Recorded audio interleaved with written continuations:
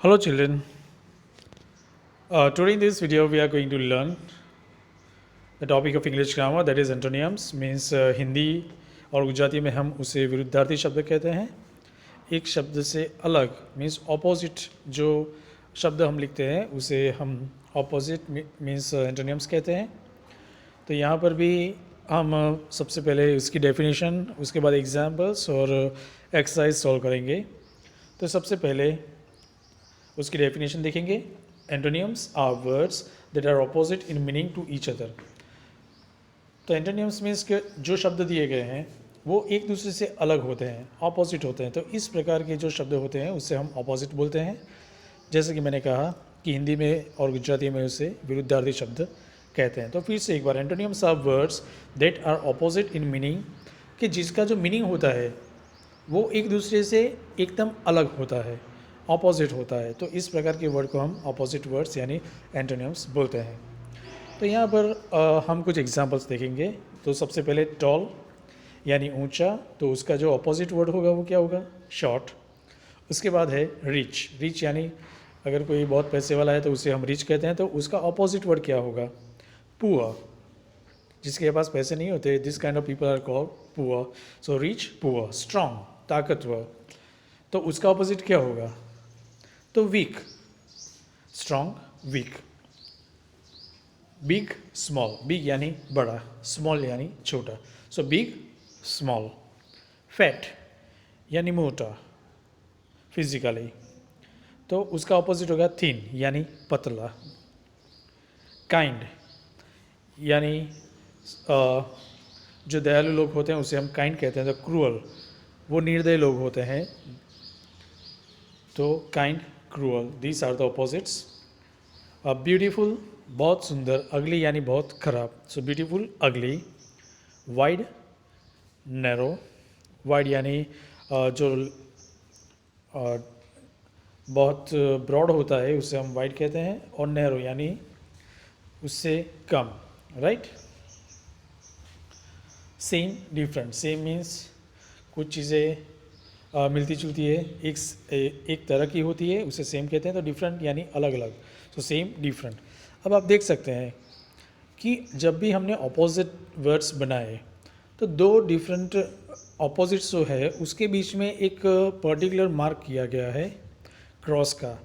तो वो मल्टीप्लिकेशन की साइन नहीं है, वो ऑपोजिट की साइन है। तो आपको याद रखना है कि जब भी कोई ऑपोजिट वर्ड्स आप बनाते हैं तो ये जो मार्क पर्टिकुलर दिया गया है, ये देखिए, टॉल, शॉर्ट, उसके बीच में जो मार्क है तो वो है ऑपोजिट मार्क, राइट। तो जब भी हम ऑपोजिट वर्ड लिखते हैं तो उस वक्त ये मार्क ज़रूरी होता है, जिससे हमें पता चलता है कि ये ऑपोजिट वर्ड्स है, ठीक है। तो अब हम एक्सरसाइज देखेंगे। Each word given in the circle below has an एंटोनियम्स। अगर सर्कल में जो वर्ड है, each word given in the circles below has an antonym, तो सर्कल में जो भी वर्ड दिए गए हैं वो ऑपोजिट है। Colour the circles that are antonyms pairs using similar colours. अब हमें पेयर बनानी है। जो वर्ड जिसका ऑपोजिट होता है तो वो उसको हमें एक कलर से,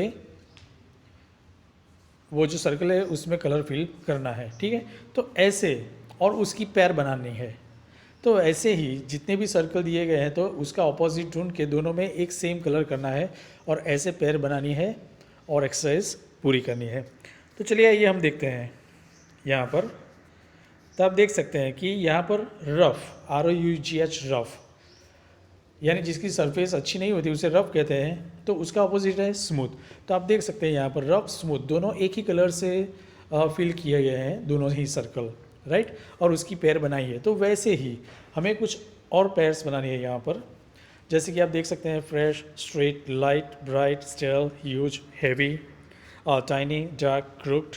तो ये सब अलग अलग एक दूसरे के ऑपोजिट वर्ड्स है। तो आपको सही पेयर चुनकर उसमें पेयर जो है उसमें सेम ही कलर रखने हैं, ठीक है।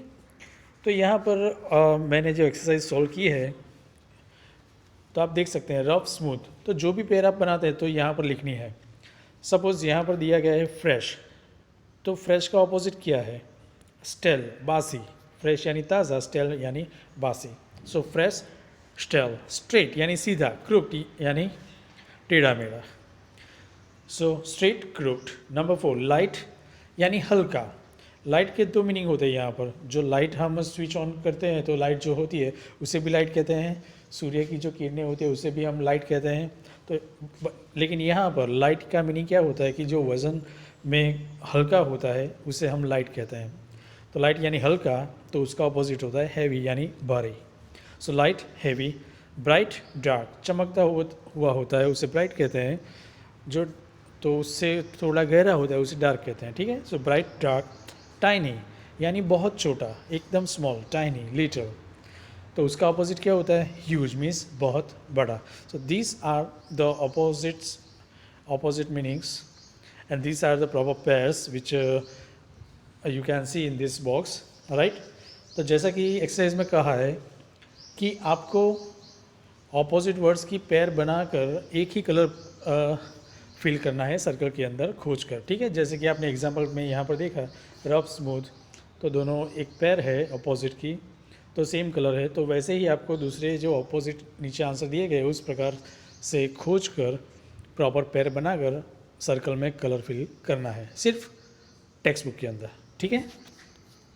तो फिर से एक बार rough, smooth, fresh, stale, straight, crooked, light, heavy, bright, dark, tiny, huge. फिर से एक बार आपको क्लियर कर दूँ कि कोई भी वर्ड दिया गया है उससे कम्प्लीटली अपोजिट वर्ड जो हम लिखते हैं उसे अपोजिट कहते हैं, जिसे गुजराती हिंदी में विरुद्धार्थी कहते हैं, ठीक है। तो यहाँ पर पूरा जो चैप्टर है आपकी समझ में आ गया होगा, डेफिनेशन। और जो स्पेशली आपको याद रखना है कि जब भी हम अपोजिट बनाते हैं तो उस वक्त जो क्रॉस सिंबल आप देख रहे हैं, ठीक है, मल्टीप्लिकेशन साइन देख रहे हैं, तो उसे यहाँ पर हम अपोजिट मार्क के तौर पर कंसीडर करेंगे। तो जब भी आप अपोजिट वर्ड्स लिखते हैं तो इस प्रकार का मार्क करना है आपको, ठीक है। डैश नहीं चलेगा, यही मार्क चाहिए, तो ही हमें समझ में आएगा कि ये प्रॉपर ऑपोजिट वर्ड्स लिखे हुए हैं। Okay, now here I hope that you have understood very well this chapter. So I am concluding this topic. Thanks for watching and listening this video. Thank you very much. See you soon in next video. Thank you very much.